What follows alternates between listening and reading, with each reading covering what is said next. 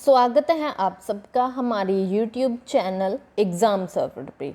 आज हम डिस्कस करते हैं कुछ इम्पॉर्टेंट करंट अफेयर्स के बारे में। तो फर्स्ट क्वेश्चन क्या है, which operation did ITBP seize 108 kg gold on China border. तो ITBP के द्वारा ऐसा कौन सा ऑपरेशन लॉन्च किया गया था जिसमें चीन की सीमा पर 108 किलो सोना है उसे जब्त किया गया था। तो हम कौन सा ऑपरेशन था, आंसर क्या है ऑप्शन डी ऑपरेशन जज्बा। तो ITBP के द्वारा ऑपरेशन जज्बा लॉन्च किया गया था जिसमें 108 kg गोल्ड था जो उसे जब्त किया गया था। और वहाँ पे क्या हो रहा था, गोल्ड की स्मगलिंग हो रही थी। 108 किलो सोना था जो उसकी स्मगलिंग हो रही थी। अब ITBP के बारे में बात करते हैं। इंडो तिब्बत बॉर्डर पुलिस होती है और उसे 1962 में इस्टेब्लिश किया गया था। मोस्ट इम्पॉर्टेंट जो जिसमें सभी कंफ्यूज होंगे कि जो ITBP है, इंडो तिब्बत बॉर्डर पुलिस है, ये हमारी होम मिनिस्ट्री के अंडर आती है।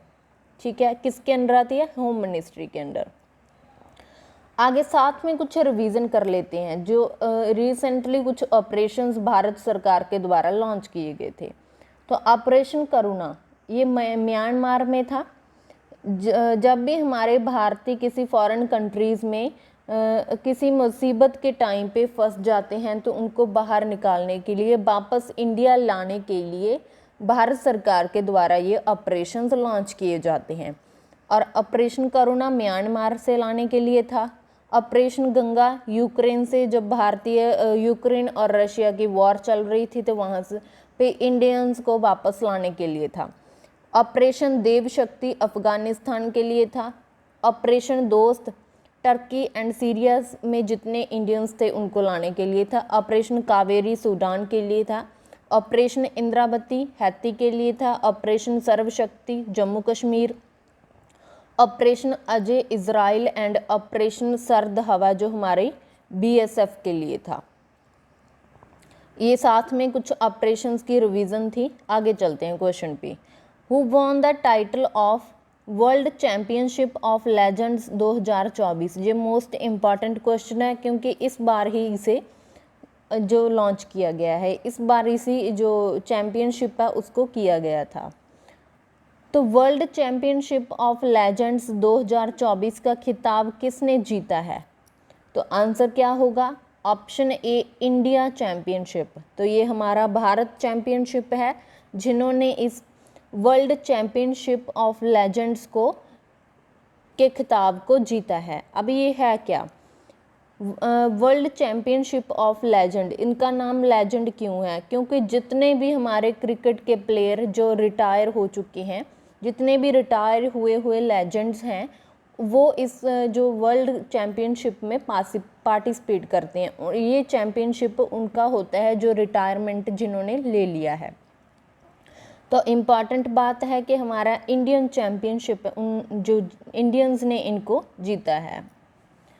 आगे साथ में कुछ रिवीजन करते हैं कि इसका फर्स्ट एडिशन इस बार हुआ है 2024 में और 2024 में ही इंडिया ने इसे जीत लिया है। और इसे होस्ट इंग्लैंड के द्वारा किया गया था। रनर अप कौन सा था, पाकिस्तान को। इंडिया ने पाकिस्तान को हराकर इस खिताब को अपने नाम कर लिया। और इस टीम के कैप्टन कौन थे, युवराज सिंह थे। Man of the series Yusuf Pathan थे। और man of the match Ambati Rayudu ji थे। ये इम्पॉर्टेंट क्वेश्चन है। आगे चलते हैं। Where was the second regional event of our constitution our honour held.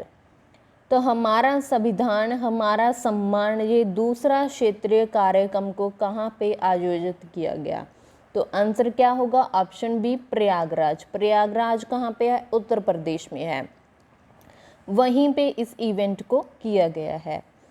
अब ये तो दूसरा था, सेकंड इवेंट था। तो फर्स्ट वाला कहाँ पे हुआ था, बीकानेर राजस्थान में। कॉन्स्टिट्यूशन से याद आया कि अभी रिसेंटली संविधान हत्या दिवस मनाया गया था। और कब था ये, 25 जून को, 25 जून को संविधान हत्या दिवस को अनाउंस किया गया था। नेक्स्ट क्वेश्चन पे चलते हैं। Where did Uttarakhand open its first word gallery, तो उत्तराखंड में अपनी पहली पक्षी गैलरी कहाँ पे खोली गई है? तो आंसर क्या होगा? Option A Dehradun. टोटल 50% जो वर्ड्स हैं, पक्षी हैं, वो देहरादून में, उत्तराखंड में ही पाए जाते हैं, इसीलिए वहाँ पे क्या फर्स्ट, और ये फर्स्ट है, इम्पॉर्टेंट क्यों हो जाती है? बिकॉज ये फर्स्ट है, फर्स्ट वर्ड गैलरी है जो उत्तराखंड के देहरादून में ओपन की गई है। साथ में कुछ रिवीजन कर लेते हैं। नेशनल बर्ड डे 5 जनवरी को सेलिब्रेट करते हैं। कब होता है नेशनल बर्ड डे? पक्षी दिवस 5 जनवरी को। वर्ल्ड स्पैरो डे जो बहुत इंपॉर्टेंट है, पेपर में एग्जाम में पहले पूछा जा चुका है, 20 मार्च को। Word man of India, word man of India किसे कहा जाता है? तो सलीम अली को कहा जाता है। उनके नाम पे ही एक बर्ड सेंचुरी बनाई गई है, एक नेशनल पार्क बनाया गया है। सलीम अली नेशनल पार्क तो जम्मू कश्मीर में है, सलीम अली बर्ड सेंचुरी ये कहाँ पे है? गोवा में। दोनों में कंफ्यूज नहीं होना है, नेशनल पार्क जम्मू कश्मीर में है और बर्ड सेंचुरी गोवा में है।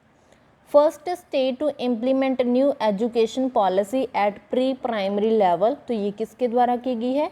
उत्तराखंड के द्वारा। मैप में आप उत्तराखंड की लोकेशन देख सकते हो। आगे क्वेश्चन पे चलते हैं। Where was the 2024 world heritage young professionals forum meeting held, तो 2024 की विश्व धरोहर युवा पेशेवर मंच की बैठक कहाँ पे आयोजित की गई है? तो आंसर क्या होगा इसका? ऑप्शन बी न्यू दिल्ली में। तो इस वर्ल्ड हेरिटेज यंग प्रोफेशनल की जो मीटिंग है ये न्यू दिल्ली में की गई है और इसका थीम क्या है इस बार का? Building capacities and exploring opportunities for youth, तो ये यंग प्रोफेशनल है, तो यूथ के लिए ही अपॉर्चुनिटीज़ को पैदा करने के लिए इसको मीटिंग को किया गया है। साथ में यूनेस्को के बारे में रिवीजन करते हैं। यूनेस्को की फुल फॉर्म क्या है? तो United Nations education scientific cultural organization है और इसे 16 नवंबर 1945 लंदन में इसे इस्टेब्लिश किया गया था। इसका हेडक्वार्टर कहाँ पे है? पेरिस फ्रांस में है और डायरेक्टर जनरल कौन है? ऑड्रे ऑजले जी है। अगला क्वेश्चन देखो, where is the International Cricket Council ICC annual conference 2024 held, तो अंतर्राष्ट्रीय क्रिकेट परिषद का वार्षिक सम्मेलन 2024 का कहाँ पे आयोजित किया जा रहा है? तो आंसर क्या होगा? Option C Sri Lanka. तो इस ICC एनुअल कॉन्फ्रेंस को श्रीलंका के द्वारा होस्ट किया जा रहा है और इसका थीम क्या है? Capitalising on Olympic opportunity. ICC के बारे में बात कर लेते हैं और इसका हेडक्वार्टर कहाँ पे है? दुबई UAE में है। चेयरमैन कौन है? ग्रेग बार्कले और चीफ एग्जीक्यूटिव ऑफिसर CEO कौन है? जियोफ अलाडाइस है। Next question, who were appointed as supreme court जजेस bringing the supreme court to its full section strength of 34 जजेस। देखो, सर्वोच्च न्यायालय के द्वारा न्यायाधीशों के रूप में किसे नियुक्त किया गया है? मीन्स के अब टोटल सुप्रीम कोर्ट के जजेस की गिनती कितनी होती है? टोटल स्ट्रेंथ कितनी होती है? तो 34 होती है। जो अब तक थे वो 32 को अपॉइंट किया गया था, अपॉइंट हो चुके थे, लेकिन 2 अभी रिसेंटली बाकी थे। लेकिन अभी रिसेंटली 2 जजेस को अपॉइंट कर लिया है, तो जितने 34 के 34 हैं जो उनकी स्ट्रेंथ को कंप्लीट कर लिया गया है सुप्रीम कोर्ट के द्वारा।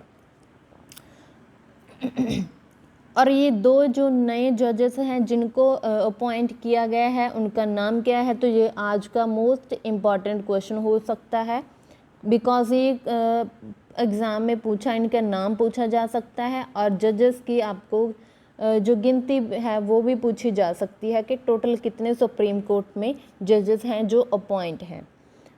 और अब जो न्यू अपॉइंट किए हैं, justice HN Koteshwar Singh, justice R Mahadevan. कौन से हैं? जस्टिस HN कोटेश्वर सिंह और जस्टिस R महादेवन। इन दोनों को रिसेंटली अपॉइंट किया गया है सुप्रीम कोर्ट के द्वारा। नेक्स्ट क्वेश्चन पे चलते हैं। When is world day for international justice observed? अंतर्राष्ट्रीय न्याय दिवस कब मनाया जाता है? तो आंसर क्या होगा? ऑप्शन बी 17 जुलाई को। 17 जुलाई को अंतर्राष्ट्रीय न्याय दिवस मनाया जाता है। और साथ में रिवीजन कर लेते हैं कि 23 मार्च को कौन सा डे होता है? वर्ल्ड वाटर डे होता है। और 2 फरवरी को कौन सा डे होता है? वर्ल्ड वेटलैंड डे होता है। आगे कुछ डेज हैं जुलाई मंथ के जिनकी रिवीजन कर लेते हैं। अगर आपको ये डेज आते हैं तो आप इनको स्किप कर सकते हैं, लेकिन रिवीजन मैं इसीलिए करवाती हूँ कि साथ में रिवीजन चलती रहते हमारे, तो ये याद रहते हैं, हमें चीज़ें भूलती नहीं हैं। 1 जुलाई को जीएसटी डे होता है, 1 जुलाई को नेशनल डॉक्टर्स डे होता है, 2 जुलाई को वर्ल्ड स्पोर्ट्स जर्नलिस्ट डे होता है, 3 जुलाई को international plastic bag free day होता है, 6 जुलाई को वर्ल्ड जोनोसिस डे होता है।